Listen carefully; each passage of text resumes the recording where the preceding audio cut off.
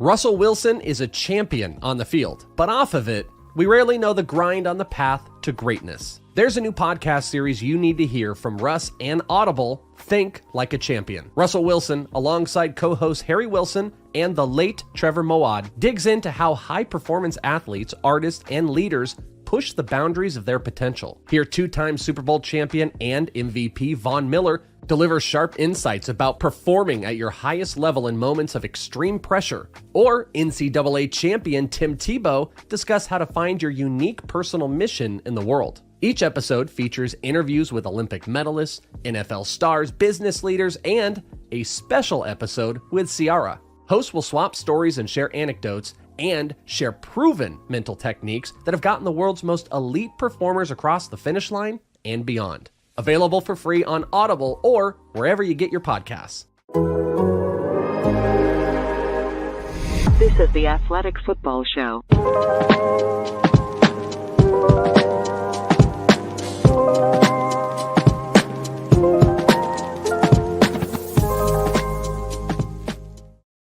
Welcome to the Athletic Football Show. I'm Robert Mays. Joining me tonight is my good friend Nate Tice. Nate, how you doing, buddy? Doing very well. I finally, some of my Black Friday purchases have started to trickle in. Ooh. And, yeah. I got some like Nike yoga sweatpants, which I'm very fired up about. I love Nike yoga line. Some dad shit. But also got a Captain Insano t-shirt from AEW, which I am like beyond fired up. So if you want to know about who's someone in their early to mid 30s, just look at my Black Friday itinerary. Some Burt's Bees stuff as well. That has some dad shit. But also just a awesome day of Sunday. So I was very comfortable as I watched this slate of games, which was just a fantastic day. We got a lot of stuff to dig into, some huge games. We knew that coming in. I mean, the Thursday preview, we couldn't even get to everything because of all the huge games. We're going to talk about the Jets and the Vikings a little bit later, talk about the Niners and the Dolphins. We didn't get into the Wick scale with A.J. Brown on Thursday. That was purposeful. I didn't really want to open the Wick can of worms with a certain quarterback going back to Houston and all of that. So that's why we didn't do it. A.J. Brown, the DJ Chark Wick scale for later in the discussion as well. Let's just say A.J. Brown broke the Wick scale today in what he did to the Titans. So we're going to talk about that a little bit, get into the Lions and them just cruising on offense. But let's start with the main event of the day, and that is the Bengals and the Chiefs. And it's a funny game because I think a lot of the narrative coming out of this is that the Bengals kind of have the Chiefs number recently, right? But when I watch that game, it's so funny that even though the end result is different, I just feel so much better about where the Bengals are right now, especially on offense. That's my biggest takeaway from this game is that this version of the Bengals now, with Jamar back, with Burrow playing like this, and with the line playing the way that they're playing, I just feel so much more confident about where this team is. So even though they beat the Chiefs again, and that's going to be the conversation around it, this one just felt a little bit different to me in terms of where the Bengals ceiling is. And I know that's crazy because they went to the Super Bowl last year. I know, but it's just so much more sustainable. And this is what we try to emphasize a lot. This is so much more sustainable. The opening drive, I tweeted it out. It just felt that way. Burrow hits a check down on third down. They run the ball 4 times out of the shotgun, including a designed Burrow run for the touchdown, which is also another thing. They're running him way more than they did last year. I think it's like they've already they ran him 11 times on design runs this year. They ran him 10 times all last year, something of that sort. Oh, I'm sorry, 21 times this year, 11 all of last year, which is ridiculous. A change of their whole dynamic of what their offense is. Even without designed runs, his legs were a huge factor in this game. Huge. Scrambles, extending plays, getting up and out. I mean, that's just been a big part of that sustainability and them kind of finding more chunks on offense. He's had 8 rushes this year of 10 or more yards. He had 1 all of last year. I know. And everything's more in control, like him in the pocket, like again, on that opening drive, he's finding the check down. He's hitting a dig over the middle. He's hitting Tyler Boyd over the middle. He's progressing to Hayden Hurst. Like they ran, I think it was like a 1st and 10 outside T Higgins, outside Jamar Chase routes. If that was last year, Burrow would be throwing a back shoulder throw on it. But instead, the Chiefs are playing so over the top of it. He just progresses calmly and hits Hurst on like a little it's a slot route, but they run an out route. So inside out route, they run on it, but it gets Hurst on it. And then it's just, again, the designed runs that where he scores. And then their run game is so good.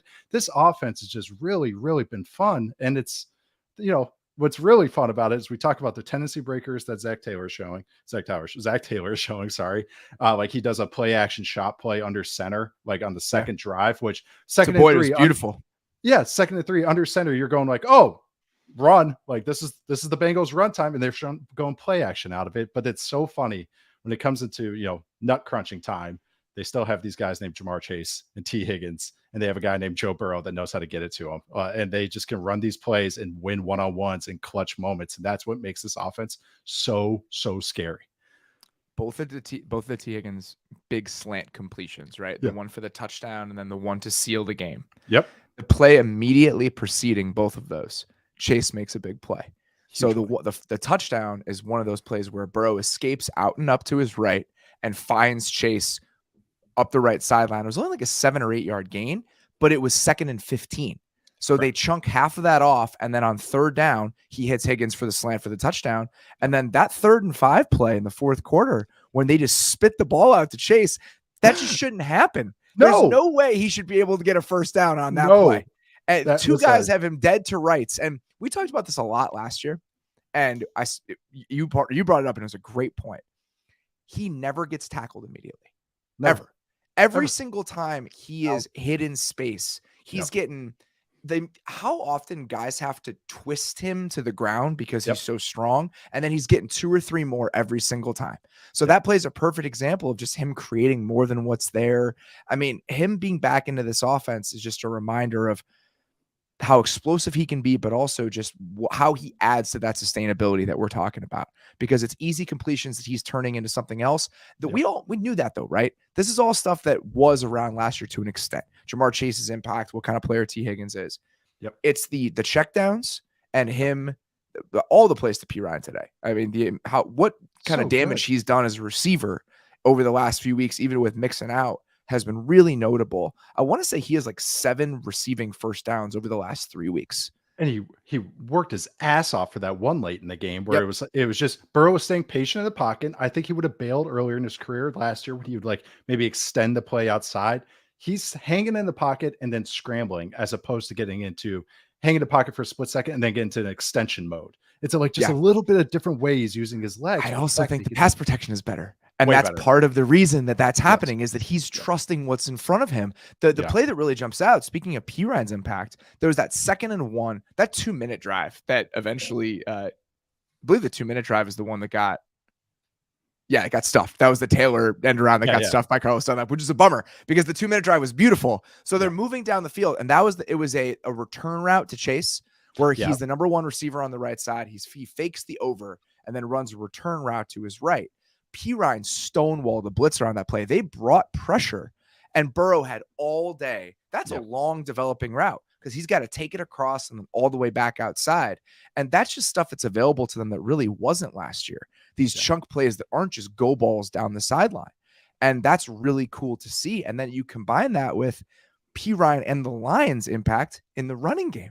Yeah, it's this explosive. It's a combo of explosive and successful, and like, I don't know, they can tap into anything. That's what's funny about those slant flat plays. The big one, the third down to clinch the game, and the touchdown is last year they ran those plays too much, and now they can go to it in crunch time as opposed to running it 15 times throughout the game. And then all of a sudden, when it's a really big play, the defense is like, all right, we've seen this play 15 times. Just, let's get on it. So it's funny how the plays that we used to complain about are the ones that are like, no, those are their money plays now because they're balancing it so much better. And what's funny is like even P. Ryan last year when he would play over Mixon, like even in the Super Bowl, people are like, why is P. Ryan in there not Mixon on that big 3rd down, that big 4th down? That's right. It's because P. Ryan's so freaking good in pass pro, and they trust him more than Mixon. So now they're making him more rather than he's in the ball game. Oh yeah, we know plays he's going to be blocking in there. It's like now he's a valuable receiver. They're giving him touches, and the run game's awesome. Like the gun run game's so good. Like what was it? Oh, all their runs this way. They had trap, they had pin pull, the QB run stuff. Like they're just diversifying that game. And they were just beating the shit out of them with duo runs. They're running duo. Yes. Yeah. I mean, there was, I tweeted out a clip of it, and I don't know was why. an O-line play for people. Like, that is when you have a better O-line than D-line, that you can get the push. So that's saying something. Which is crazy to think about when you consider where they were at last year on the offensive line. But I tweeted out a clip of it. I don't know why Dana was playing 3 technique tackle. Even it might have been the 2-minute. They were in their nickel personnel, whatever. But they had a backup defensive end as a 3 technique. Kappa and Collins, his cleat marks are still in that turf. Like, that's how fast and how hard they blew him off the ball. And they were doing that pretty consistently in this game. So I looked up the numbers. Since week 5, the Bengals are number 1 in the NFL in rush success rate from the gun and number 2 in EPA per rush from the gun. Mm-hmm. Think about that reality contrasted with where this team was for the first month of this season and where this team was in the running game last season. It just couldn't be more different. It's night and day. And that's what we're talking about when you say, why is this more sustainable and easier to get behind than some of the success they were having last year? That's just another example of this. So I want to talk about one more thing on the offense before we get to what happened on the defensive side of the ball. Joe Burrow is playing as well as anybody right now. Since week 5, week 5 is when they really made this shift. Okay. The Ravens game was the first game where they really became essentially shotgun heavy offense, and shotguns only offense. Yeah. And really. this version Over of them 90%. kind of emerged, right? So since week 5, he is 4th in EPA per dropback in the NFL. The only players ahead of him are Patrick Mahomes, Tua, Dak Prescott, and Joe Burrow is 4th. Okay. And you feel it. And it's even beyond the results. The way he's playing right now, I think this is the best he's ever played, because you're seeing the escapability, the decision-making, the accuracy, and he's not taking the sacks that he was taking before. So the overall efficiency exists because the negative plays have started to become fewer and further between. And that makes them truly terrifying when you consider how good the rest of the roster is, how their plan on offense is crystallized. Like, this is the version of who they wanted to be offensively coming into this season. They're getting at what they're getting out of their personnel is what they hope to get out of their personnel when they built this team. And when you have that type of supporting cast, a scheme that is much, much better than it was a year ago, and a quarterback playing even better than he was when he was a top 5 centric quarterback, a top 5 adjacent quarterback last season. Your second team all pro last year. Yes. He's playing better. Yes. And I mean, and that says a lot. And I think that if you're a Bengals fan, this is the type of, not even result, but how you're getting to that result. That's the process is better. Yes. How many times do you think he got hit today? Man, 4 or 5? Once. That's incredible. Once the entire and it felt like that. I think their pressure rate, I looked it up. They pressured him about a quarter of his dropbacks, and it felt like that in this game. He had a lot of time to operate. He did. It's awesome. That's what it is. You're talking about, I think how you set it up right there is the results were good last year, especially in the playoff run and the end of the season.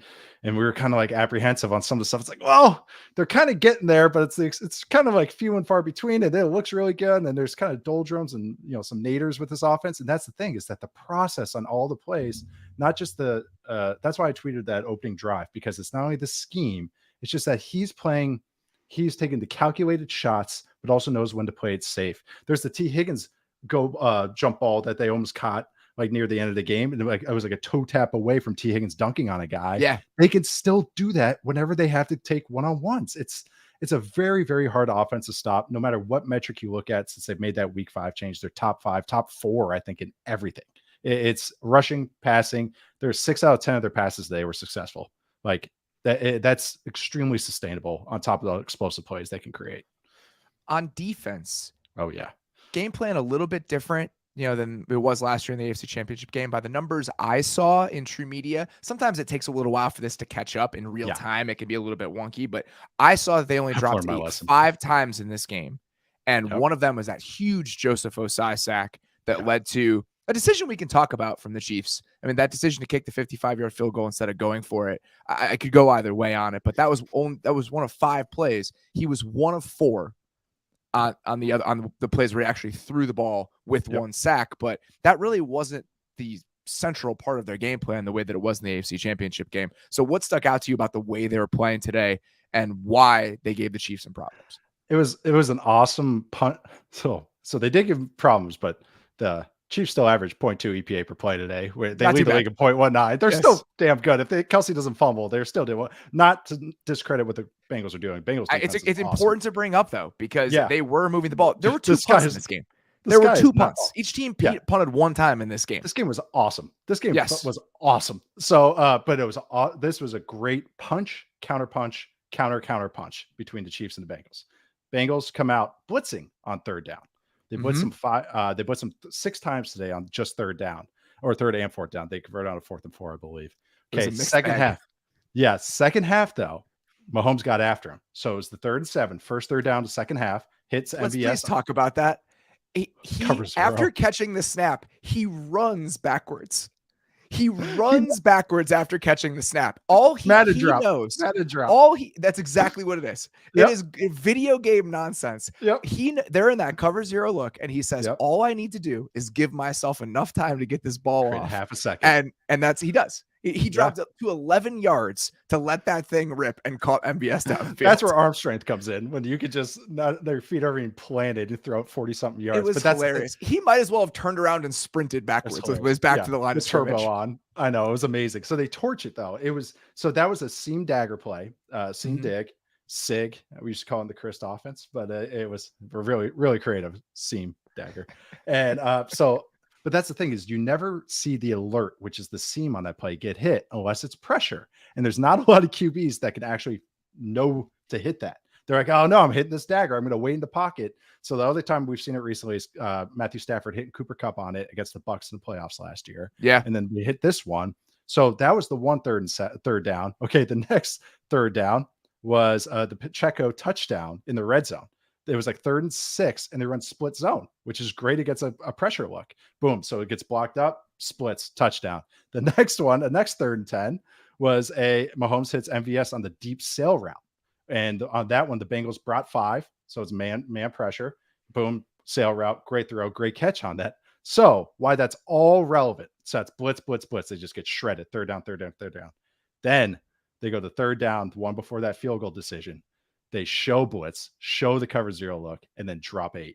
Yep. And it was just a great counter punch, because Mahomes I would say he got fooled, but he hesitated because he looked. There's the guy who did get fooled was Orlando Brown. That's what happened. I mean, him getting beat inside on that play, that's what changes everything. So it doesn't matter if Mahomes didn't get totally got on that. Somebody did, and it changed the game. 2 throwaways on those drop 8s and forced a sack. So they did it 5 times, and that's 3 negative plays basically for. And then another one was a 3rd and 20 completion. Like, who cares? So it's like, it was a great performance all around. But the thing is, I still think the Chiefs' offense was fantastic, but the Bengals should be credited for how well they played on both sides of the ball, which is what matters. What do you think about that decision to kick the 55-yard field goal instead of trying to go for it there? I hate it. 55-yarder. So if you miss it, the ball's at the 45. Like, so if you don't get it, I don't think that field position matters as much. That's that 35-45 is like you're giving the ball either way. Or what should I say? 38 and 45. So that's what I just didn't really like that. You got Mahomes. I know he was gimped up, but take a timeout. I know you want to stop the clock, so you get onto that. But I think you go for it. You have the best player in the world at quarterback, and he's reading the game really well, and you've adjusted really well to what they're doing. I say push it. Buckner has been off this whole year. He's been banged up, and he's like at 70-something% on 50+ yarders. So didn't really like it too much. I thought I totally misjudged your tweet, or like misread it. I thought you liked the fact that they kicked the field goal. So I was like trying to be nice. Okay. I also was not a fan of the decision. Well, I hated it. No. I thought that was blatant. Oh, no. I hated it. I'm so sorry. I totally misread that. Yeah. I think a few people are like, hey, Nate, they had Patrick Mahomes. It's like, yeah, you mean the MVP of the year so far?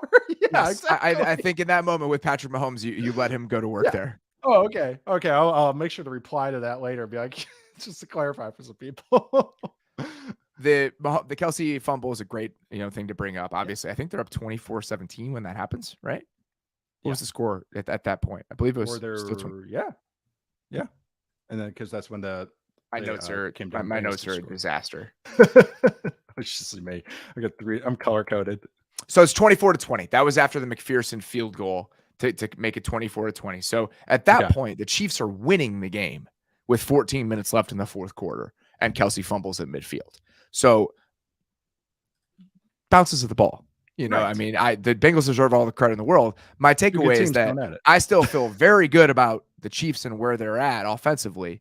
I just feel even better about the Bengals. And that's saying something, because after last week and after the way that they played over the last few weeks, I think that our enthusiasm about them has been pretty clear.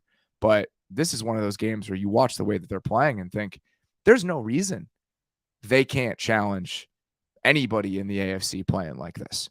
And that's pretty exciting because, again, I feel better about them now than I did last year when they went to the Super Bowl. They're a better team on December 5th today, or this season, than they were on December 5th last year. And I don't think it's particularly close.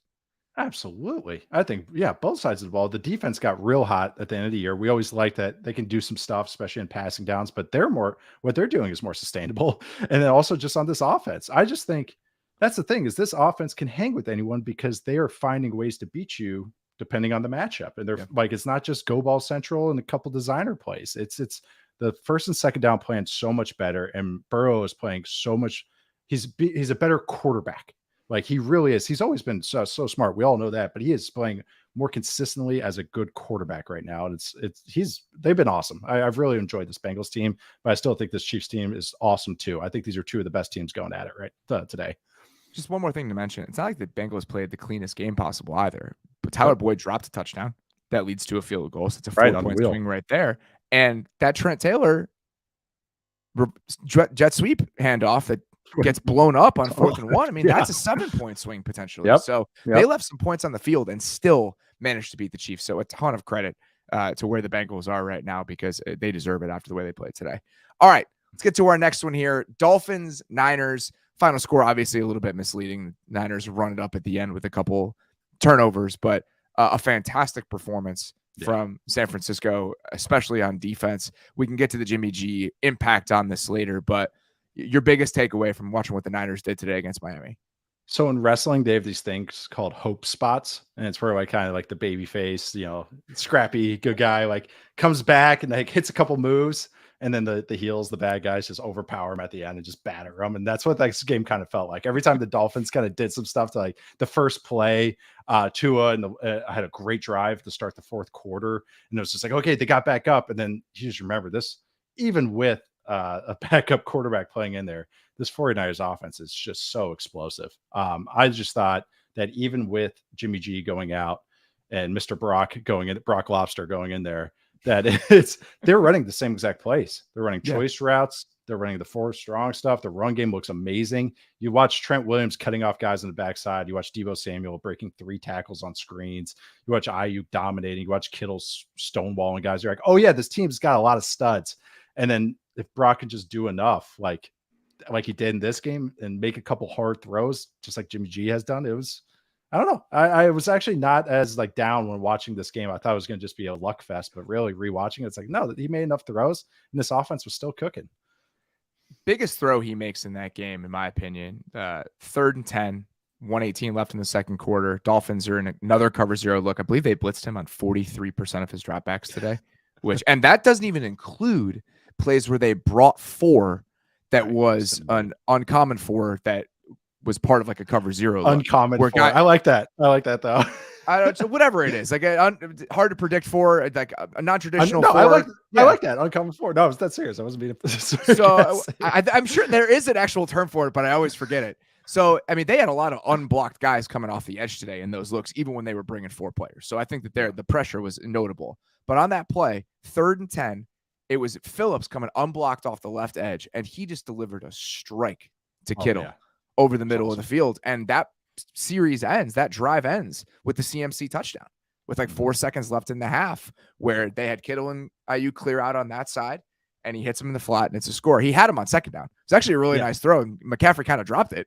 So Purdy made a bunch of big plays in this game. I mean, enough big plays in this game. I'm worried about the sustainability of it moving forward. I think that, you catch one day where you're playing a bad defense and, you have all those playmakers. I am concerned about what this means for their outlook. But today I was impressed with the amount of plays that he was able to make. Yeah, it's going to be how much those other guys can do. Like today they were doing it, but sometimes the coin doesn't flip your way. And he's Brock Purdy's like a chaos quarterback. And I will give him credit. His arm strength, I think he can do enough with his arm strength. It's not like a popcorn ball where he throws it out there and it's like, oh God, look at that loop. But it's man, he is a chaos quarterback. And today it worked out, but you can just see the differences between him and Jimmy G. There's in the first drive, they motioned CMC out, and Jimmy G is a straight line quarterback mentally. He's going to take the path of least resistance on each play. So CMC just runs by the linebacker and he's like, okay, throw the go ball. Brock comes in and they run same thing, put CMC on a little motion. He runs a go, still has a linebacker one-on-one. Brock's like, I'm going to read this play out. And so he's hanging in the pocket. He bails from the pocket and hits Debo like on an extended plays. That's kind of the difference of these two. And Debo's also wide open on that play. Oh yeah. Debo was wide open in this. Is that you talk about that 3rd and 1 where he rolled to the right? Debo is wide open in the middle of the field, and he just decides not to throw it to him. But eventually, the end result is fine. But Debo was wide open. That's the difference of these two. But then, I mean, they spam choice routes. You can tell they even did like the double choice routes with Debo and CMC, which I love. But like, you could do that with an offense. Like last year, remember the Panthers started off hot. Sam Darnold. You're asking how much stock I still had in Sam Darnold. And I was like, I still have it, but I don't know if this is sustainable. But it's because they were spamming choice routes to CMC, and that was their offense. It was awesome. They just weak side choice, just over and over. And today, that touchdown included, it was angle routes, sit routes to CMC.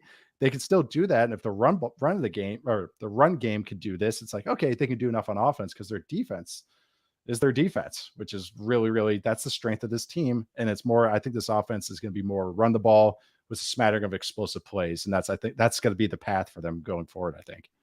I love some of the stuff that you mentioned, that play, the shuffle motion where Jimmy was still in and he hits him down the right sideline. Yeah. That, and then on the 2-minute drive at the end of the half, they ran a little screen to McCaffrey from the slot with Debo in the backfield. That was just like another, just intentionally using him as a receiver in ways where like he's the focus of the play. We knew it was going to be cool, but they do like 3 or 4 things a game where it's like, man, that's pretty fucking cool. Yeah. So I still have severe doubts about a the 7th Debo round rookie quarterback. Right. Mr. Irrelevant.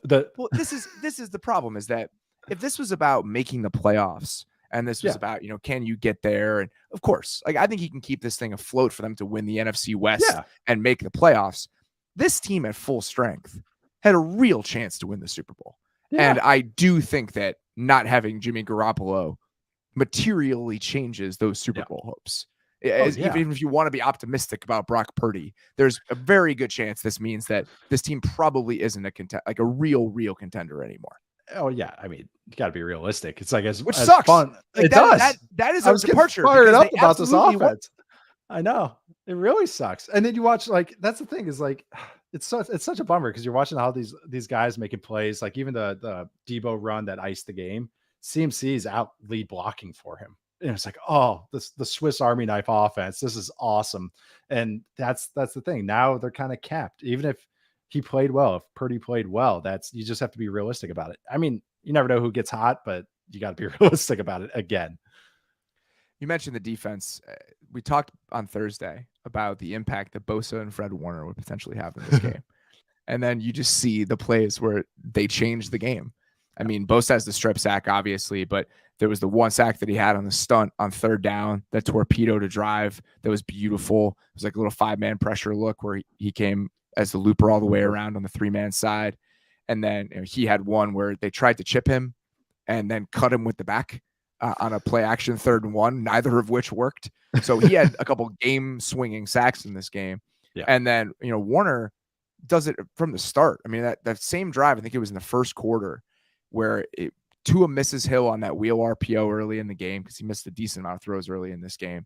And then they try to get Sherfield vertical from an inside alignment on 3rd down. And Warner just carries it all the way, tip ball PBU. I mean, we saw the interception later, but even if you just look at the areas of the field that the Dolphins could attack in this game, they didn't even try to throw the ball over the middle for the most part. And I would love to see the all 22 angle on it. There's one play in the second half where he misses Tyreek high over the middle. Talk about that. Yeah. So that play, as I rewatched it, all I'm hearing is you comparing him to Rudy Gobert, because that's one of those plays where I can't totally see it from the TV angle. My assumption is that the depth that Warner is getting there and him getting that ball broken up earlier in the game, trying to throw it in the exact same spot, he's trying to get a little bit more air on that than he typically would have to. That ball sails incomplete. That's exactly it. They showed the spider cam version of it during the game. And I think it's Greenlaw was the other linebacker who also that, had 5 oh my, fantastic awesome plays plays. today. Dude They just were huge. flies around. That Gesicki 4th and 2 Yeah. incompletion, that should be complete. The amount of grass he covers on that play should be a first down. And instead it ices the game. They're heat seekers, and that's how they play. They added to their undersized heat-seeking linebackers. It's so great. That play that you brought up, I'm so glad he brought it up because that's exactly it. That it was just like a Rudy Gobert. Instead of taking a layup, you're shooting like a floater from 5 feet, and you kind of shoot it long because you hit the back of the rim because you kind of don't shoot all the way. But that's kind of what Warner and these linebackers do, and they push for it. And that's Warner got the tipped on the one. He leads all linebackers in PBUs, but that one is that he's pushing to where the dig will get thrown, like if that makes sense. So Tua is like throwing it early because he's like, oh shoot, this happened to me before, and that's where Greenlaw gets it. Was just perfect. I'm glad he brought that up. But also like the interception. By Jimmy the way, Wilson, that drive, that's the Bosa stunt with the loop. Yeah, that's the next play. Okay, after that high throw. To that where we think 25 yards to a sack and punt. It's exactly what we talked about on Thursday. It's like those two guys were the ones who can change the game. And on back-to-back plays, they torpedo a drive in what was a close game. Yep. And the Ward interception this is the downside of choice. So this is why I'm talking about the 49ers could run choice over and over. This is the downside of choice. The Dolphins try to run it with Jeff Wilson, and Eric Armstead gets pressure right away. And he has one hand reaching for Tua. Tua's hot, because of the pressure. So he has to throw it early. He can't, Jeff Wilson, because he feels Fred Warner coming from the inside. He's about to break inside on an angle, and he feels Fred Warner. He's like, oh shit, I shouldn't be doing this. So he kind of stumbles and Tua has to get rid of it. And so the ball misses and Jimmy Ward gets it. I'm curious what you think about this. On that play, Ward went in motion with someone, but then they played zone.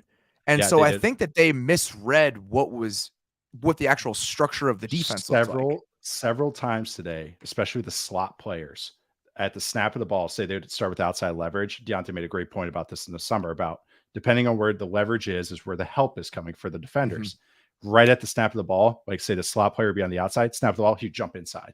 And so they were waiting till the snap to show the final look, which is what a lot of defenses do. No shit, but there's a little subtlety things because I think that's maybe how the Shanahan coaches teach that stuff, reading the slot leverage. So it's kind of another I know what you know what I know kind of play or kind of plays from this defense. So I thought that was interesting. And also the Dolphins ran their money play, which Seth Galina did a great breakdown a few weeks ago.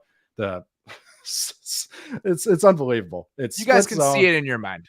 It's split zone. It's the opening touchdown. It's the touchdown on first play. They hit that. The 4th and 1, they run this play. And then the play after the 4th and 1, the 1st and 10, they run this play again. They ran it at least 5 times. And Tua hit the flat route, both the wheel and the switch seam, and handed the ball off on this play. So they ran it at least 5 times. But it's like this play's got to get nerfed because you're running on one of the best defenses in the league, and it's still just dominating. It's such a good play, and no one runs it better than what they do.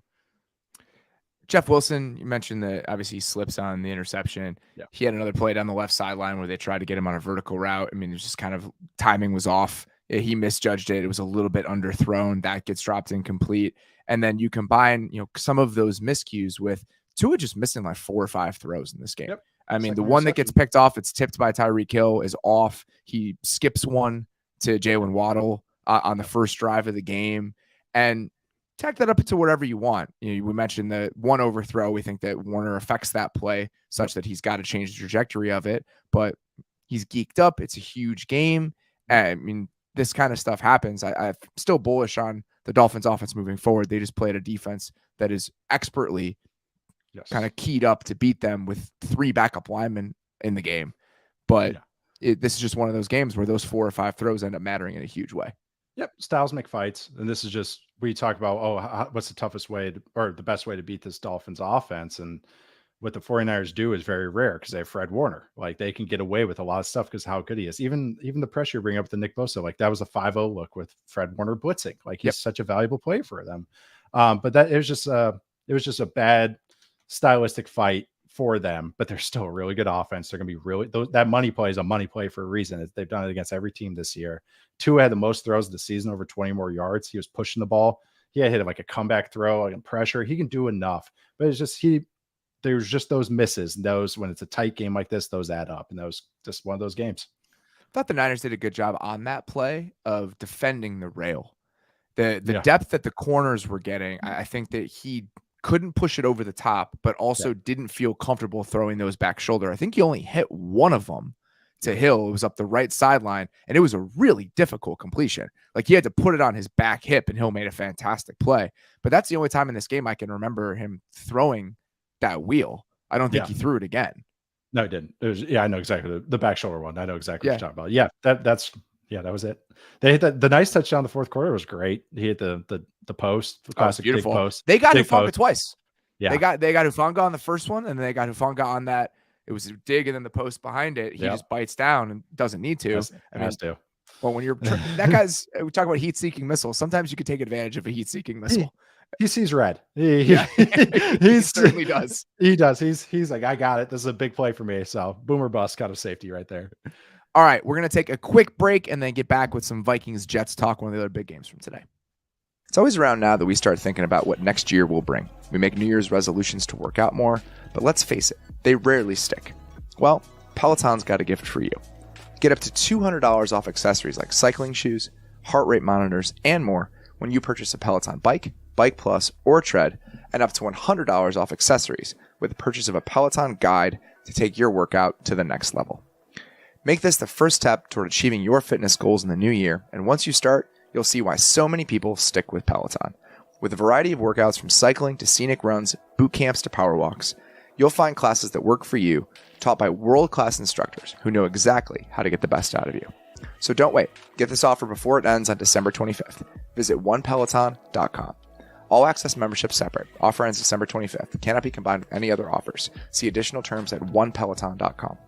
The holidays are here. You can achieve gift-giving greatness when you give the gift of perfectly aged, tender, and delicious Omaha steaks.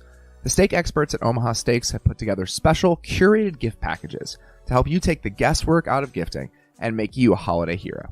Go to omahasteaks.com and use promo code Mays at checkout to get $30 off your order. You can send an assortment of mouth-watering favorites guaranteed to impress, like the legendary Butcher's Cut Filet Mignon, air-chilled boneless chicken, ultra-juicy burgers, and even easy-to-prepare comfort meals that are ready in a flash. Omaha Steaks is ready to ship your order right away, so shop early and beat the shipping rush. Go to omahasteaks.com and use promo code Mays at checkout. Omaha Steaks is a gift from the heart, a gift that will be remembered with every unforgettable bite. Order with complete confidence today, knowing you're ordering the very best. Visit omahasteaks.com and use promo code Mays at checkout to get that extra $30 off your order. Minimum order may be required.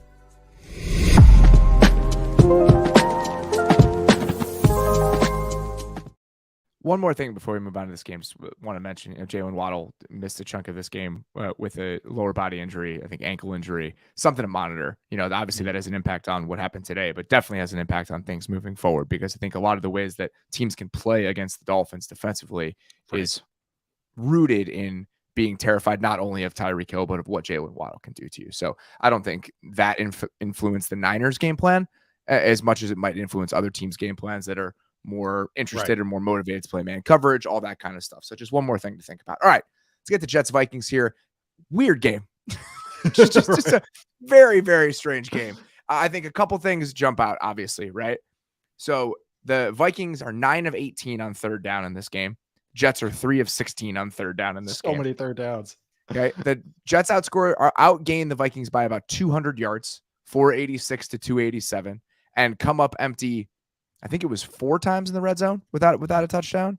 I mean, that's it. Like that is enough to change the game when you go 3 of 16 on third down, the other team goes 9 of 18, and you keep coming up empty in the red zone, including, that one drive that ends with 0 points near the end of the game where you get stuffed on the goal line. Yeah. And usually when you force an opposing team to 18 third downs, you're feeling pretty damn good about how you performed on the day, even if they went 9 for 18. But man, even early, Kirk Cousins was not good today. Like early on, they had open third downs. Like they're running all these outbreakers, and he was just sailing him. Like I don't know what was One of going on. Jefferson sticks out when he was working against Sauce on the right side. He had him open and just throws it 5 yards over his head. Right before that, he throws one to Thielen, and Thielen kind of like broke down on it. It was almost like a comeback as opposed to an out. And he looks back, he sails it like Kirk Cousins sails it so bad. He was open, and Thielen kind of looks at his, hands are on his hips, and even O'Connell gave him the double palms up, like the fuck was that? Like he kind of gave that to him, and it happened time and time again. He finally did hit one at the end. The Jefferson touchdown was great, which was also a 3rd and 6 in the fourth quarter, and it was the only snap Sauce Gardner lined up on the offense's left the entire day.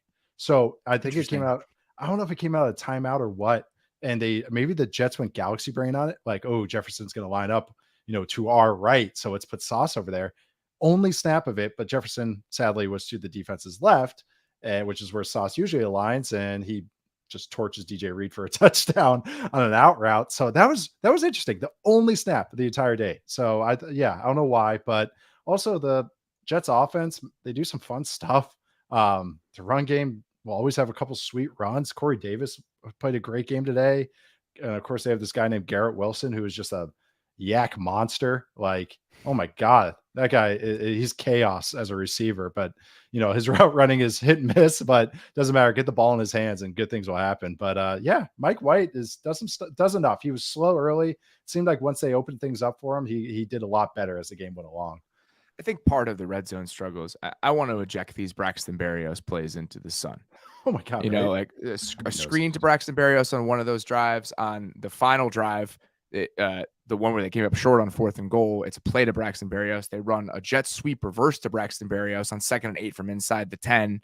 I mean, that a little too much Braxton Berrios in those moments, I think. And that obviously in that last fourth, he's a Pro Bowl returner, man. You gotta get absolutely. So I mean, the Jets defense, I think, did play very well in this game. Up front, they had a couple big moments, a couple drive-ending sacks, especially in the second half. I mean, they gave themselves a chance. And when you keep coming up empty in the red zone in these sorts of games, I mean, this is eventually the end result. Those are the coin flips. We talk about coin flips in the game. That's what those are. Red zone performance is a coin flip. I thought, what was I going to say? It was also like, you're talking about the Braxton Berrios stuff. It's just funny to think of because like how much resources they put into that position to manufacture all these touches for Barry. Yes, that's part of the problem is that if you're a team that needs Braxton Berrios because you have no other receivers, I can understand. Like, okay, perfect example.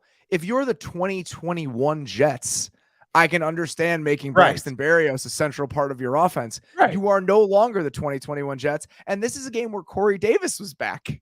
Yep. Corey Davis is back and Garrett Wilson's going off. Even like Ty Johnson was doing well. Elijah Moore is showing up again. Like he's doing some stuff with the ball in his hands, even if it's not a ton. I want to say also too, is that I'm really curious to watch this game and see what they did or what the Vikings did with Jefferson, just out of curiosity's sake. Like because even numbers wise, nothing was like an outlier. They didn't line them up to the left a ton. They didn't line up at slot, just kind of all normal rates. So I'm curious kind of like how they use that maybe against the Jets defense. The other thing too was my prediction of this game was that the Vikings would be in a lot of 12 and maybe 21. They were like below average 12 personnel and they were still performance out of it. And then like, I kind of was frustrated. I was like, there's your offense right there. And another shout out is Quincy Williams had an awesome spear on TJ Hawkinson today. He's a missile everywhere. This is just what stood out to me in this game because it was such a weird game. It's more just like we got to cherry pick what's going on with the game because it was just so up and down for both teams. I know that Jefferson didn't have a huge stat line in this game. He finished with 7 catches and 11 targets for 45 yards. Not a big game for him, but still 10 yards.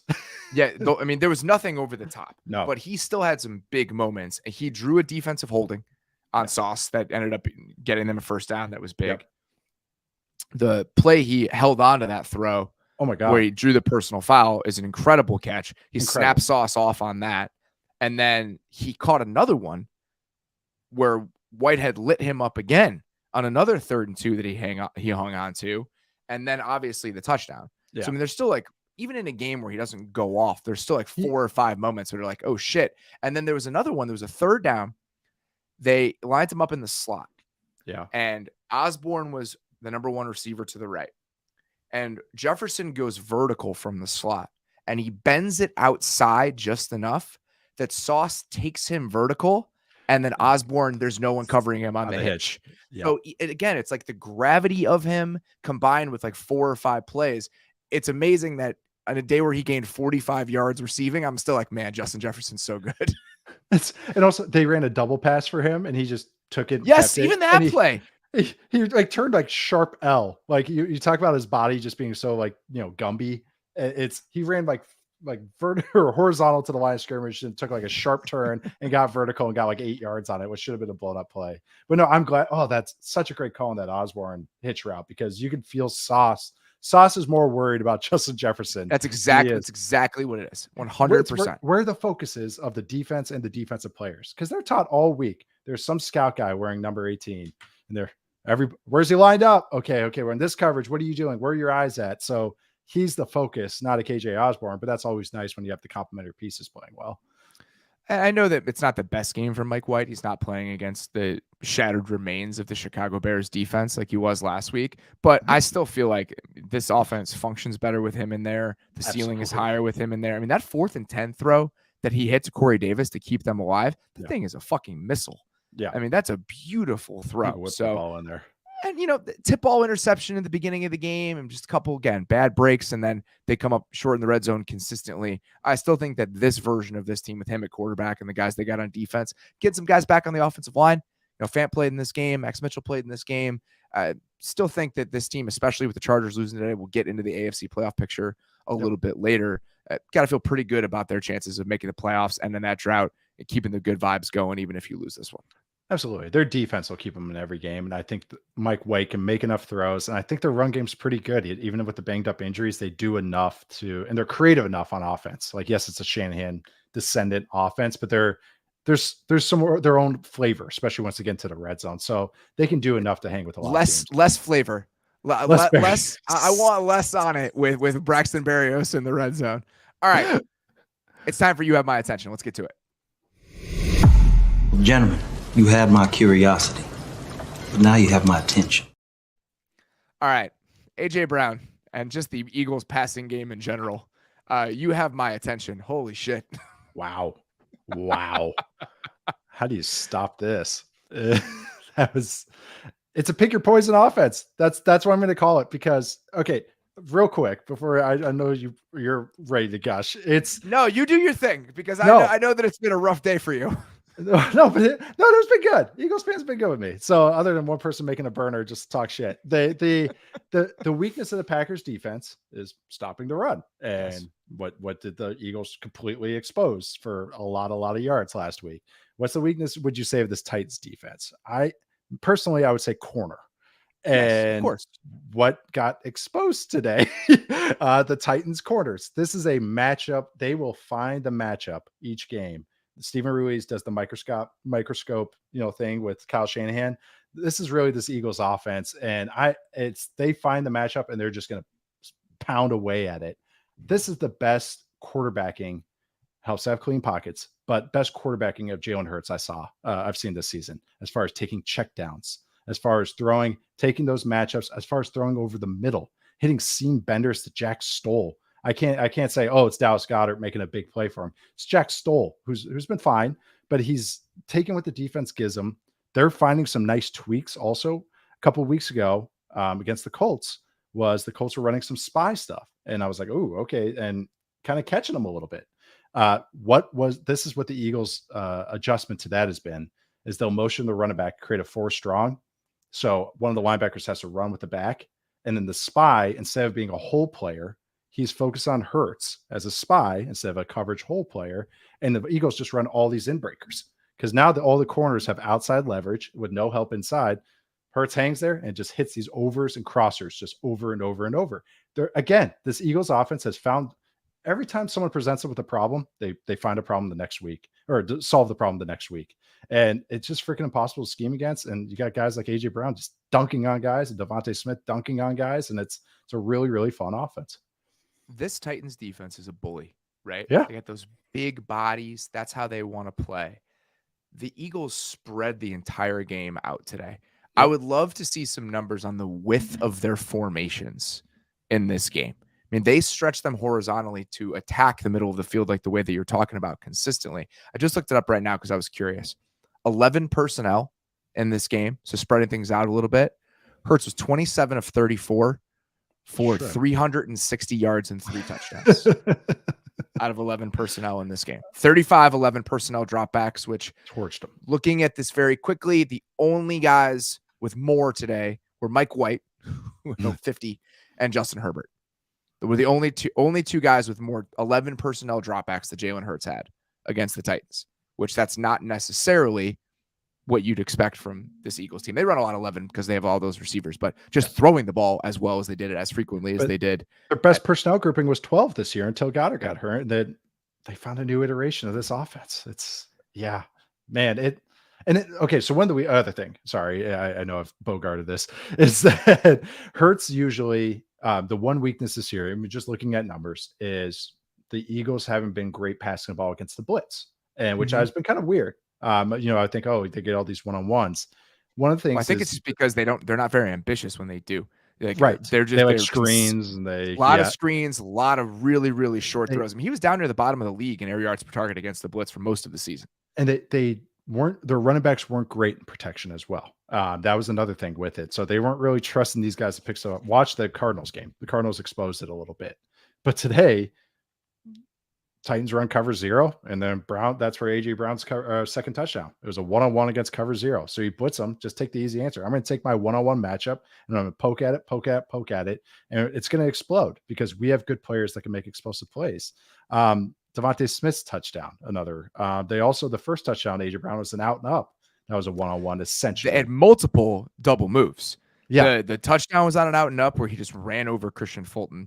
He got that long pass interference penalty on another double move against Avery, and then scored the last touchdown against Avery outside. Yeah. So you talk about the Eagles defense or offense being able to shapeshift a little bit and just attack whatever problem is presented to them.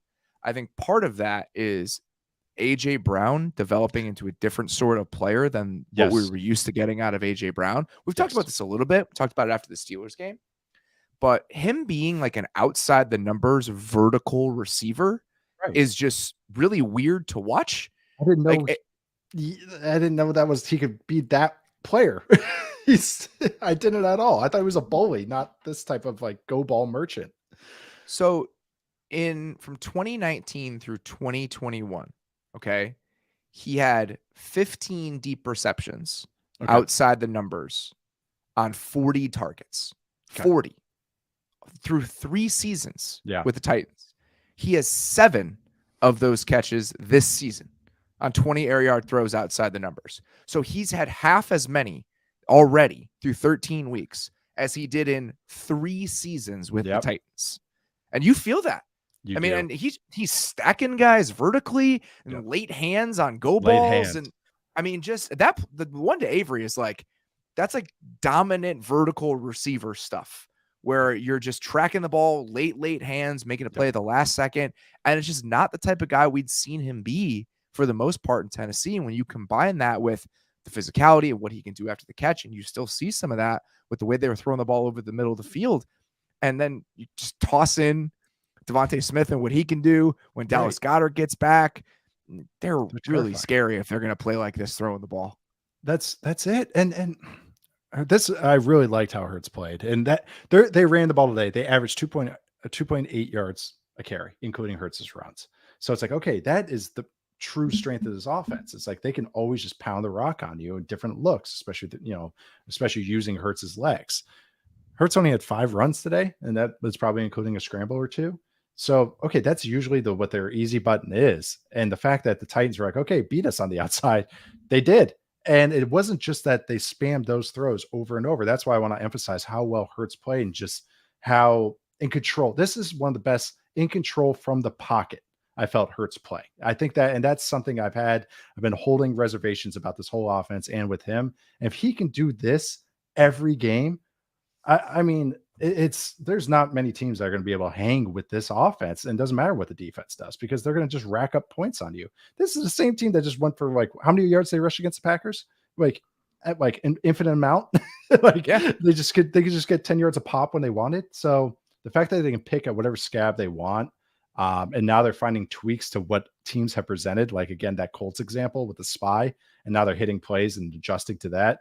I mean, the Devontae Smith touchdown was an empty play. They run the running back in motion, but because it was zone, the backside safety comes down on a dig. It was a drive concept, which is a crosser and the inside dig. Safety drives on it. Okay, Hurts hangs in there and hits the post late out of an empty pocket. They're able to hit deep balls late out of an empty pocket, a 5-man protection. The fact they can do the hard shit now, along with all the easy buttons, it's a really, really good offense. It's interesting that they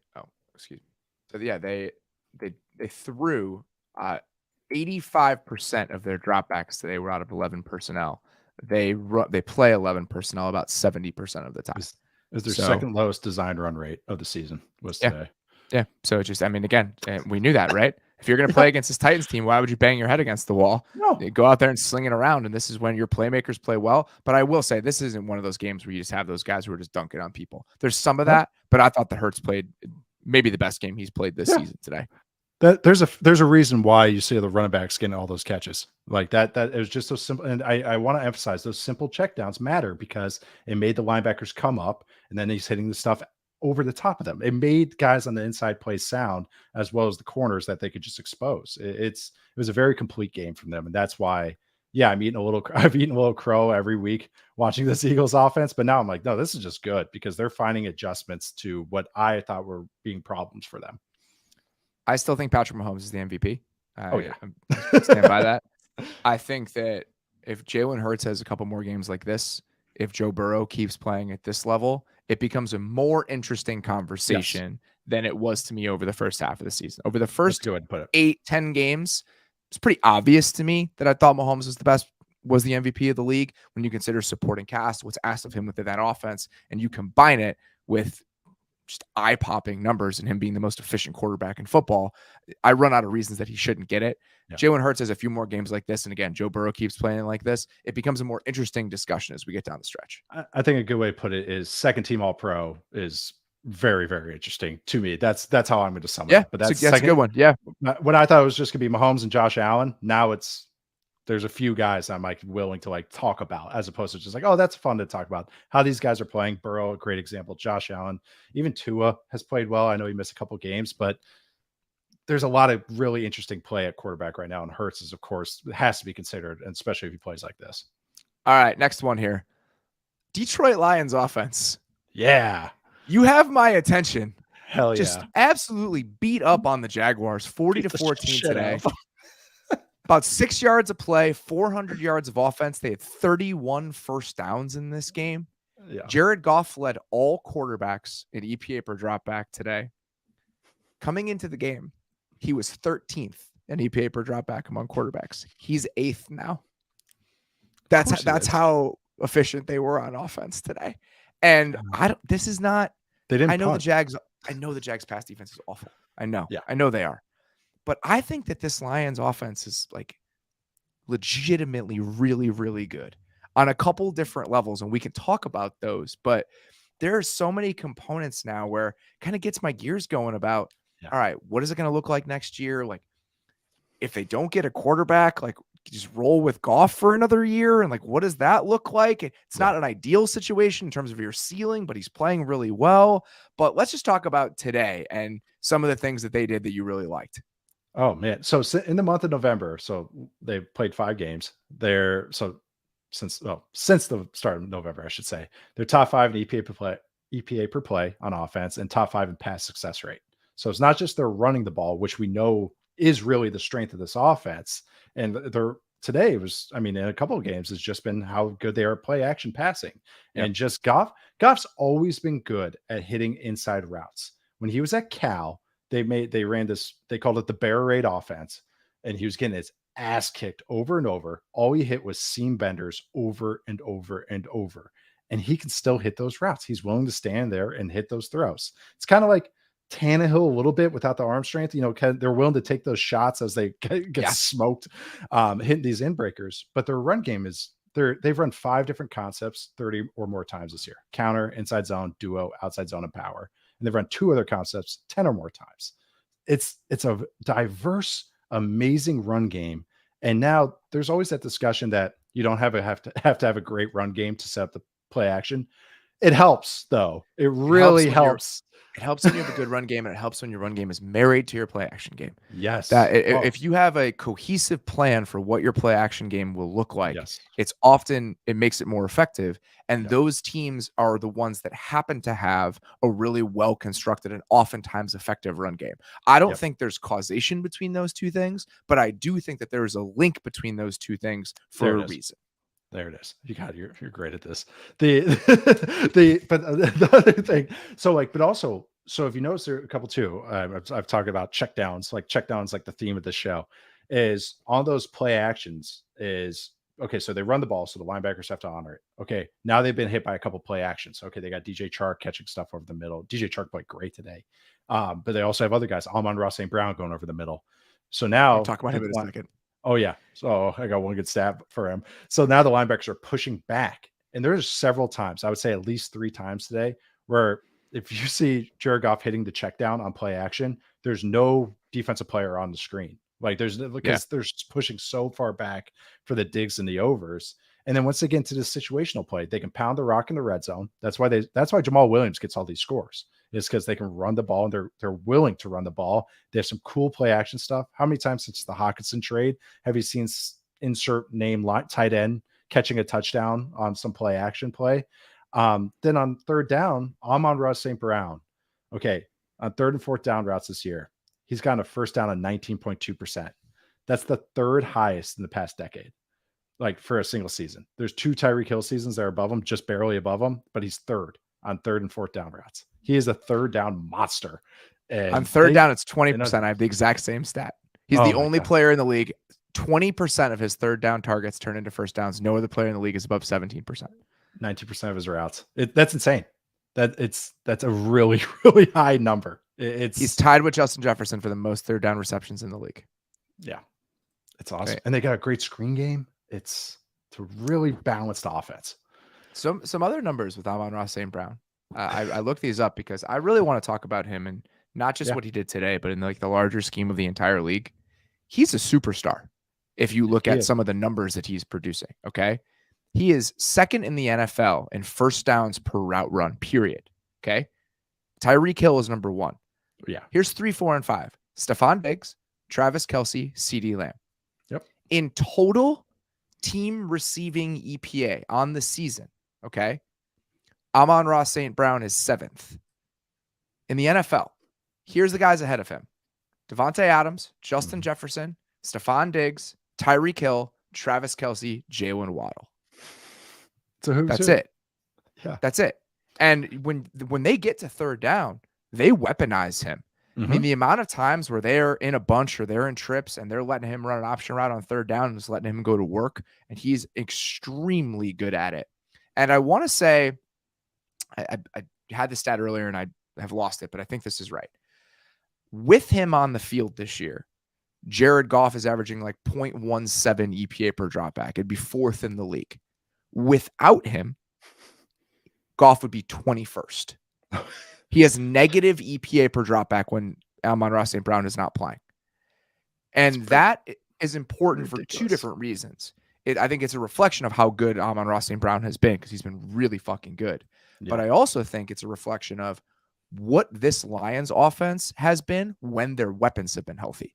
Because they had that dip in the middle of the season, and that's when he wasn't throwing to anybody. They had that nightmarish game against the Patriots, and they really did have a lull. If they'd been playing like this and they'd been healthy for the entire year, this team is better than the teams at the bottom half of the NFC playoff race. I think they're better than the Giants right now. I think they're better than Washington right now. And I think you can make an argument that they're probably better than the Seahawks are right now with the way that they're moving the ball on offense. I think it's a combination of actual like star level players like St. Brown, one of the best offensive lines in football, and a quarterback that's playing really well. Like he is playing really well right now. And then the last component of this, they have a play caller that if I were a Lions fan, I'd be starting to get a little bit worried about how well things are going. Yeah. You wish it was flipped, that the beginning of the year was like this and it kind of cooled off as the year went along. I'd be concerned about how well things are going, because some of the stuff that Ben Johnson does and what he's built this offense into with Jared Goff and again, very good, a pretty darn good supporting cast, but still with Jared Goff as a quarterback that the Rams ejected from town and then drove a bus over back and forth about 20 different times last offseason. They're playing extremely well with him at the helm, and it's well constructed. Like the tight end screen on the first drive, they had a chunk play to Chark out of 13 personnel jumbo, where they had Dan Skipper as a 6th offensive lineman. The Jags had 3 defensive backs on the field, and they ran dagger for like a 25-yard chunk gain out of it. And you just see that consistently where the design is there, the execution is there. It was a little tiny moment in the second half. There was a screen to DeAndre Swift, and they were in the shotgun, and he started on the left of the quarterback. He moves right across the center and then releases back to his left. So 1, you're playing with the linebacker's eyes. 2, you're setting it up timing-wise to let guys get out. Just a small thing, but it's like, that's really good. Like, that is really good. And then the one, I don't know if it was considered a check down. I guess it kind of was. But the one play where he hit Swift on the right sideline for a huge chunk gain, Oluokun and Chad Muma are just in hell. Like, they were in a torture chamber. Oluokun spun around on that play. He did a full 360-degree turn as he was trying to figure out where the hell the ball was. And that's what they're doing. Like, they're putting defensive players in hell right now. Ben Johnson is. And I think that if this keeps happening at this rate and some enterprising team is looking for an interesting head coaching candidate, the Lions could be looking for a new play caller next year. Yeah. He knows how to use everything. Like, the pieces all make sense. That's why Chark and St. Brown are nice complements of each other. They're going to drop in Jameson Williams at some point. He had one target today, one deep target that, it didn't go great, but he hasn't played football in a long time. Get him back into cardio shape. That's the thing is, I can't believe people even made a big deal about him playing gunner. It's like, he's not going to get hurt on those, and he's going to run straight down the field, and he's really good at it. So they didn't even punt today, so who cares? But they didn't punt. Oh, Jags defense, man. I was so high on them in September. Man, they just look putrid right now. They can't even get pressure. And this offensive line, though, that's the diversity of the run game with Hank Fraley does as the offensive line coach. And they've had injuries, and they've, Frank Ragnow missed some games. So we're talking about injuries throughout this whole team. Joe Jackson's missed games, and they still do awesome stuff. Against the Bills, they had a protection on Thanksgiving where Dan Skipper's in there. Didn't even hesitate on this blitz that the Bills ran. And why I'm bringing that up is the Chargers faced the exact same blitz against the Cardinals, and there's the veteran left guard. They bust it. Like, they bust on the look, and the Cardinals get a free runner. So the fact that they don't miss a beat when they do have backups in there, that speaks to coaching. It really does. There's a reason guys are running wide open, not only because the Jags pass defense is terrible, but also just because they do it consistently. They know what they're getting. That's why they have diversity in the run game, and they tie it together with the pass game. It's good stuff. And I agree with you. People should be knocking the door of this offense coordinator and the Eagles offense coordinator as well. Yeah, I think they both will be. I think both of those guys will be hot names by the time we get to the end of the season. Shane Steichen is the Eagles offensive coordinator. Thank you. It's worth mentioning. If this Lions defense had been merely bad and not the worst defense in the league for the first half of the season, they'd be going to the playoffs. Yeah. Like this, we said it last week. This is the version of them I think you hoped for coming into the season, what they've looked like over the last few weeks. All right, speaking of the NFC playoff picture, we're going to have to start checking in with where the playoffs are pretty much every single show at this point. And especially today, I am so mad at Washington and the Giants for tying. I'm so mad. I'm sure in some way it's going to make it easier because now whoever wins the second game between them is going to have the tiebreaker. But if we get into some nonsense situation where I got to figure out who's up a half game and who's not, and all this, I'm really, really bitter about them adding just one layer of more like nonsense and craziness to this. Of course they did. All right. So as things currently stand, after the Giants-Washington tie today, which we can talk about in a bit, the Giants are currently the 6th seed. Austin Mock has their playoff odds at about 40%.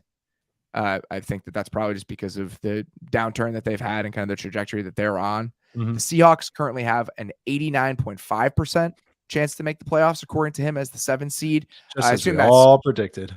Yeah, obviously. And then Washington is at 44%. So I assume that it's essentially now just kind of a toss-up still between Washington and the Giants for that last spot where everyone else is pretty locked in at this point. Which is pretty crazy. And they play again. They match up again in a couple weeks or whatever it is. And that's, God, of course they The Lions tie. have a 12% chance right now, according to his model. 12%. Man, you're telling me there's a chance. That's juicy. That's interesting. Credit to the Seahawks on how well they're playing. But that also, hold on. I do have one rant during that Giants Commanders game. Was Jonathan Vilma was a great player, and I'm sure he's a great guy.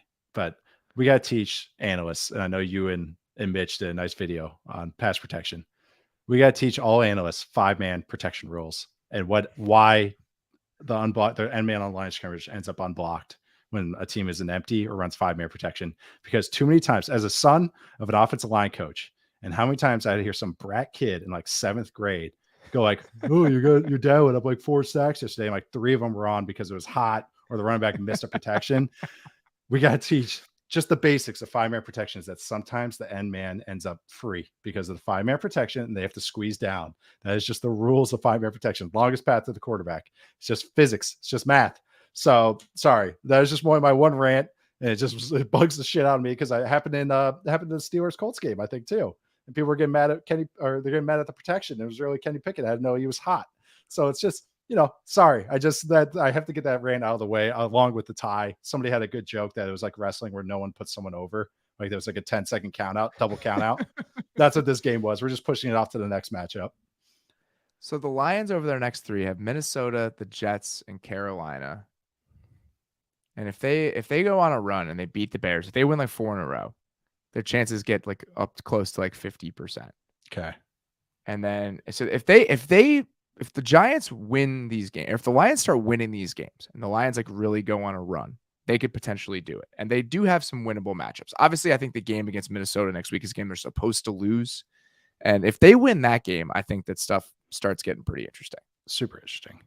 So they go Vikings, Jets, Panthers, Bears, Packers. Okay. That's doable.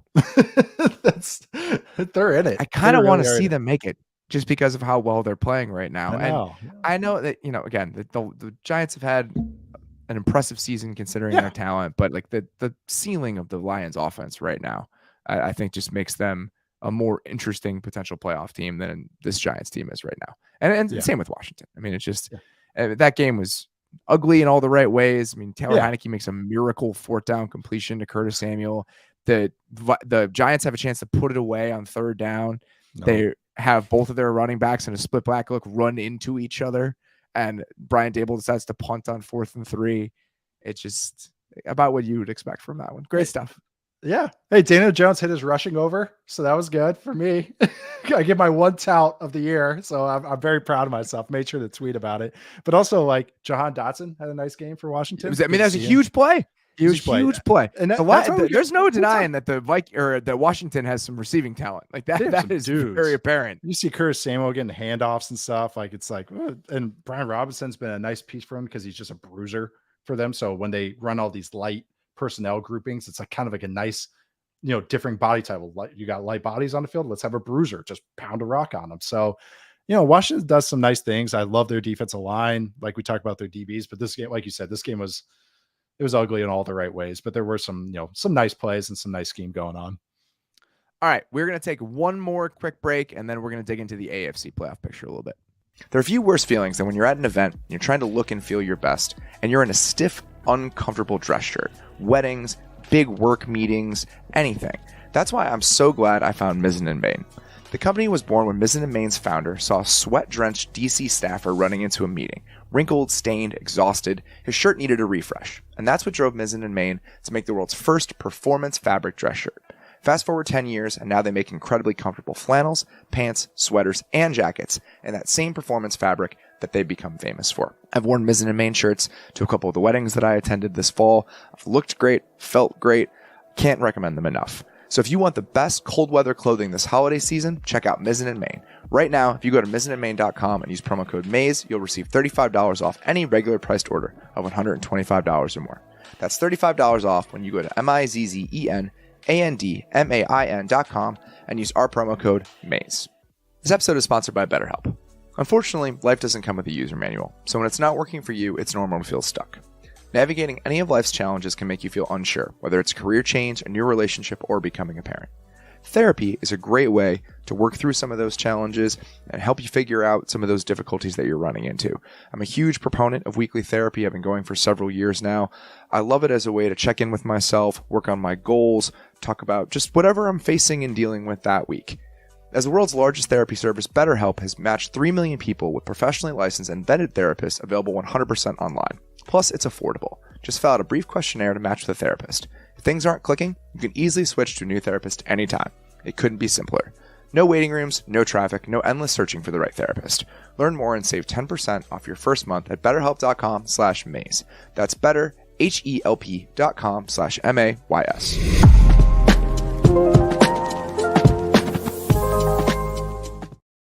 All right, so let's dig into this. Some pretty huge, kind of monumental outcomes for the playoff picture today. The Chargers losing.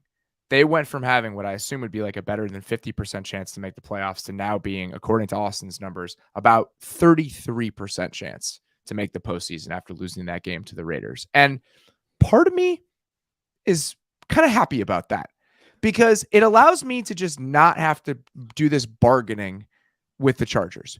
Right. Watching that game today and even where they were after last week and just where they are in general, I think the Raiders might just be better than the Chargers are playing right now. Like in this moment, I think the Raiders might just be better than the Chargers. I don't think that's crazy to say. I don't think so either because the Raiders found their way to do everything. Yes. There's a reason you see a lot of big plays of Josh Jacobs and Devontae Adams going like, oh yeah, these guys are pretty good. Let's just pound the rock and run ISO routes to Devontae Adams. And it works. As then you watch the Chargers and it's just cruel and tragic at times. And it's, I swear you just have to hypnotize Justin Herbert and Joe Lombardi and say, hey, it's 4th and 12. And then all of a sudden you get some great play out of them because it's just so blah at times. And just over time, it's really worn on me too. Against the blitz today, Justin Herbert, 5 of 12, 52 yards. Okay. Really? Yep. That's 5 of 12 for 52 yards. Okay. Man. This season,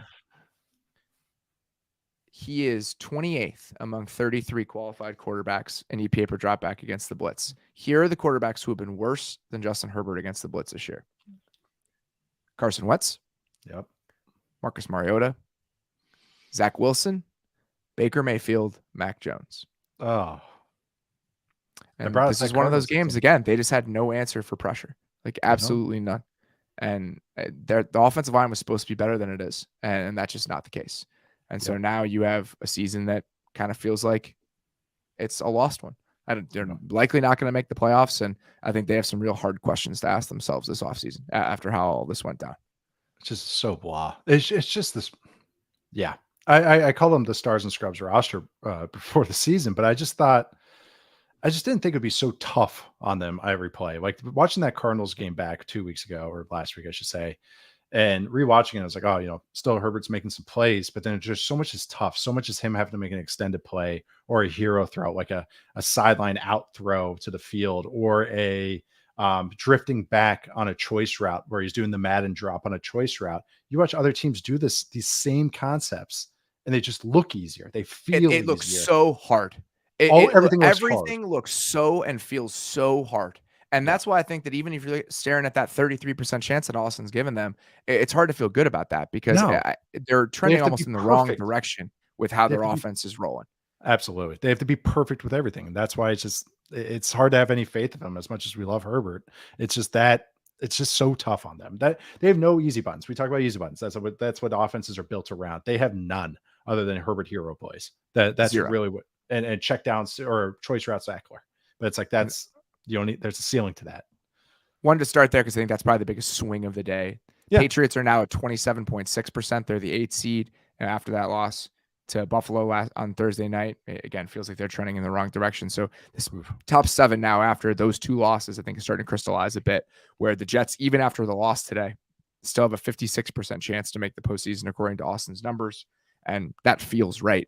Obviously the Dolphins get knocked down in the AFC East standings. So now the Bills are sitting there with right now the bye. And that's the other big development Yes. today is the Chiefs losing, and now the Bills kind of reclaiming potentially the 1 seed in the AFC, and that rolling through Buffalo is potentially a monumental outcome if the Bills can kind of string some games together here and end up finishing with the 1 seed. The Chiefs do have 2 games against Denver and a game against the Texans, which kind of helps. They all count as AFC games and kind of who I want to see on my slate for the last month of the season. But no, I like you said, like, so we're talking about Jets, Patriots, Chargers. That's 7, 8, 9 right now. Like, which unit do you feel the best about? Now, to me, it's the Jets defense. I agree. So that's what I'm betting on. I'm betting on, I think their offense is competent enough right now. You know, it's going to be high and lowish, but their defense is truly a strength that's going to hang with any team. So that's when you're looking at Ryan stacking 7, 8, 9. And of course they have the best playoff odds of those 3 teams. So I'm really going out on a limb here, but I think that's the team I feel the best about. So right now, after the way that today finished and the Ravens winning that game miraculously late, which we'll talk about, Austin still has the Ravens with a 60% chance to win the division. And that's if Lamar plays 50% of their remaining games. So the Ravens' remaining schedule is at Pittsburgh, at Cleveland, Atlanta, Pittsburgh, Cincinnati. So not very good. But you look at the Bengals' remaining schedule, and I think that part of the reason we were considering them having this murderer's row down the stretch was this Chiefs game that they just won.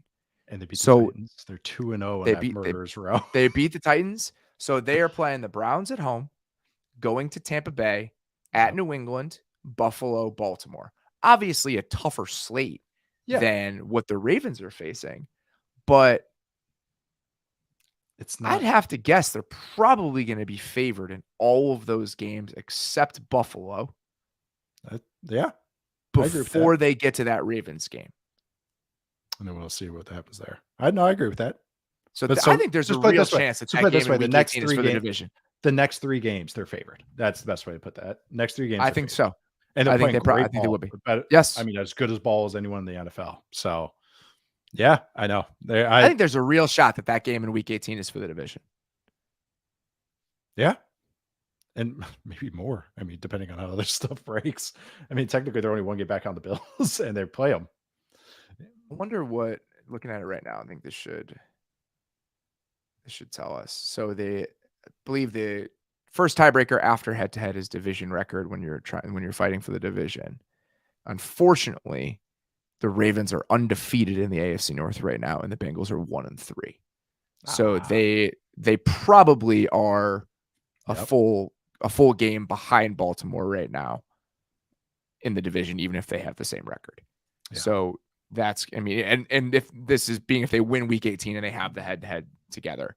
So then, I mean, to get to 3 division losses, the Ravens would have to lose to the Bengals in Week 18, and then they would have to lose 2 games to the Browns or the Steelers over the next little stretch here. And that seems fairly unlikely if Lamar plays a chunk of those games. So let's finish on that note. Yeah. They win today in ugly, ugly fashion. News afterward, John Harbaugh saying that it sounds like Lamar's knee injury is not season ending. He is like day-to-day, week-to-week, which is pretty huge news because, I mean, I know that Tyler Huntley was fine today in relief. He's fine overall. He's fine overall. But what this offense has put on Lamar and what this offense requires of him, it's hard to feel. It was hard for me last week after watching the way that they played to get excited about the Ravens' chances with Lamar playing. But if he misses any stretch of time and he's less than 100% as we get to the playoffs, I think it absolutely changes the calculus of what this team can accomplish. He carries such a load for them, literally and figuratively. And that's the thing is, like, I watched that Jags game last week, who, it's a porous defense as we've seen the last few weeks with them. And it's like, I felt good about what Lamar was doing, but I didn't feel good about the offense is doing, which is kind of the theme for this Ravens offense from the past year and a half. And it's just, yes, Huntley can do some, Mr. Pibb 60% version of what Lamar can do. I do credit the Ravens for being one of the teams that goes, hey, we're going to match our play style with our backup. Yeah. But that's the thing is that even with that, it's not Lamar. It's not the young MVP winner. It's not that player. That's why they need him. Because otherwise Tyler Huntley's throwing all these balls to DeMarcus Robinson. And the lesser the quarterback play, the more you put on the offensive play caller and play designer. And this is the guy that ran the Patrick Ricard screen last week. like that. Even though he might be the favorite to be a Stanford head coach, there's still a lot of reservations for this guy and how he can sustain a game plan when he doesn't have a ton of easy buttons. And usually the big fat easy button that this offense has is Lamar Jackson. So yeah, I'm a little trepidatious maybe about this Ravens team right now. And especially without Lamar. I mean, and it's just, it's a tough break. I mean, the fact that he's going to play again this year is much better news than the Niners got with Jimmy G, obviously. And I'm very happy that Trevor Lawrence managed to escape what looked like a pretty devastating injury to his. Even though the Twitter doctors said his leg might be amputated, he came back in the second half 15 minutes later. So you gotta, those initial reports are, you gotta kind of ignore them for a little bit. I was pretty bummed out with the Broncos losing this game because it would have been great to get just a little bit more breathing room for that number 2 overall pick. Really would have been nice. I mean, Justin Fields has like 4 or 5 like highlight reel throws in this game, another 50-yard touchdown, and they lose. It just that the problem is though, this is going to be the series of emotions that I have as it relates to that. I'm going to be sitting there looking at the number 2 pick and I'm like, yes, here we go. Like King's ransom for whoever wants to come up and get a quarterback. Like I want a future first. I want a million different things because that's what it's going to take. But then the flip side of that is I'm going to be staring at pick 33 and knowing that that's Chase Claypool. And it might be fine, but so far I would say the returns have been somewhat underwhelming. And it's also one of those things, we talked about this at the moment, so I don't even feel like this is revisionist history. No. When you have the 33rd overall pick, what that 33rd overall pick could be for some receiver that becomes available on the trade market this year, that's also going to be in my mind. So we can revisit my feelings about the Bears draft position a little bit later, though. If A.T. Perry's there at 33 next year, you're going to be crying. I'll be there with you because it's a match made in heaven getting that guy into a Bears uniform. But if they do have that number 2 pick, man, and Fields should be their guy. I mean, Will Anderson or Jalen Carter, if they hold that number 2 pick, it's like, whoo, I'm trading out of it every single time. Oh, I know you are. If the package is there, I'm getting out of there. I'm not like out of the top 10. Yeah, that's exactly right. What did the Bears give up to move up 1 spot to take Trubisky? They gave up like a third, right? But even that, move back 1 spot. That's several thirds. Well, the one I'm looking at is I hope the Panthers continue to play well because right now the Panthers are picking 5th. This is funny that we're doing this right now. Panthers are picking 5th in this moment. The Lions are picking 4th. Mm-hmm. So and Seattle's picking 3rd. So there's a chance that Carolina, who is the team I think that needs a quarterback the most out of all of the teams on that list, if you want to get from 5 to 2, let's have a conversation. Right. Right. I'm open to a dialogue. Can we get that second rounder because we gave up ours? Yeah, that's exactly right. Listen, if we can recoup some of those in the Chase Claypool calculus here, then everything becomes a little bit more easier to stomach. All right, guys, that is all we have. Really appreciate you stopping by, spending another night with us. We got 5 of these left for the regular season, which is kind of crazy to think about. It is. Please, if you have not subscribed to the YouTube channel, if you're listening to this in podcast form, you can do that in the description of the podcast. If you're watching this, hit the little subscribe button. You'll be happy that you did. We're doing a lot of YouTube stuff this year. We will be back with our Thursday night recaps this week, even though the Thursday night game leaves a little bit to be desired, but I think that we're going to be back. So please, if you have not subscribed to The Athletic, athletic.com/football show is where you can do that. We will be back with Mike Sando and the Monday Hangover tomorrow. Until then, appreciate you guys listening. We'll talk to you soon.